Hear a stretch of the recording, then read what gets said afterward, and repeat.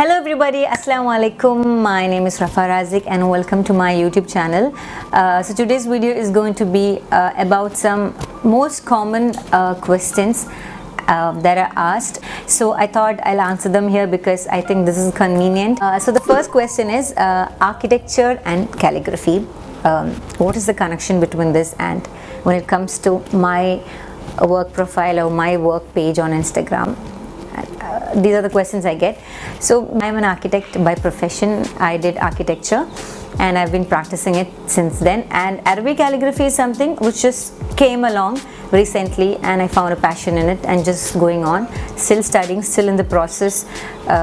Lately I've been realizing that it's something more serious. It's a serious art. I think it has some rules, it has some spirituality, some definition and all that. Basically I think be it interior designing or bridal bedrooms that I post has a creative side to it. So I'm somebody who's really weak in the technical aspects. Everything related to art, that's what I like doing. The next question was regarding the calligraphy method. Regarding Arabic calligraphy, what tool I use and how to use this. So I've decided to make a separate video explaining details regarding tools and materials in Arabic calligraphy as far as I know. So in this video I'll just give a brief up. People ask me if you can use brushes, if I'm doing with brushes on canvas and all that.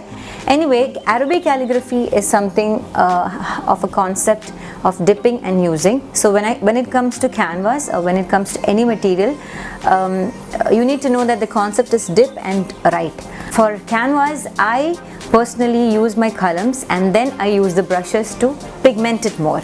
But please don't use a round brush or any kind of brush directly to write calligraphy, because Arabic calligraphy is all about the strokes, not about designing alone. It's about each stroke in a letter.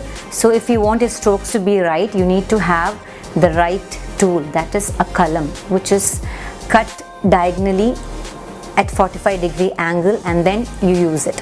And then regarding ink, definitely you need to use kerosene ink. Kerosene ink is traditionally made by kerosene scrape, and that is converted into a paste and then into a liquid form. So use calligraphy ink and not any fountain pen inks or etc. And if you want to do on a canvas, you can actually dilute your acrylic ink and use it. Then another question is regarding the base. So you need a smooth surface. So that's the basic concept. You need a smooth surface. It has to be smooth so that you can glide your columns. So if you're using on a paper, you need to know that your paper should be smooth. So go for glossy, semi-glossy, smooth papers. Go for traditional Arabic calligraphy smooth papers, which are less accessible and expensive too, but keep them with you. Once you've practiced, you can do the fair ones on that. And if you're doing it on a canvas, you need to prime your canvas. So the next question is about priming and prepping your canvas. So a lot of people ask me, why do I prime the canvas? Seeing my tutorials, why do I finally spray my canvas? When you do an artwork, that should be something very valuable. It should be really valuable for yourself and for others. So make sure that you are doing it in the perfect way. That is, you need to prep your canvas, you need to smoothen out your canvas so that the pores are less and your whatever you do can be absorbed better on the canvas. Also, you can add more than one coat, 1 or 2 coats or 3 coats, up to your preference, to prepare your canvas for your next step.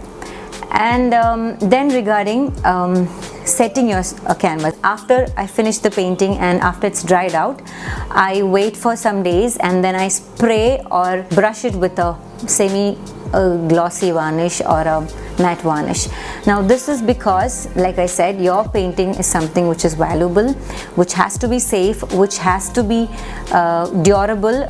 And also when I talk about setting, it's always good that if you let your canvas to dry it out naturally, that's the best way, because the more you can let it dry out naturally, the better. Earlier, artists took ages to make a particular paint. So I think always try to keep some timeline that so that you can at least dry out your paintings for 1 or 2 weeks at least, so that it naturally gets dried and it gets absorbed on the canvas, and then you can spray your setting spray on it.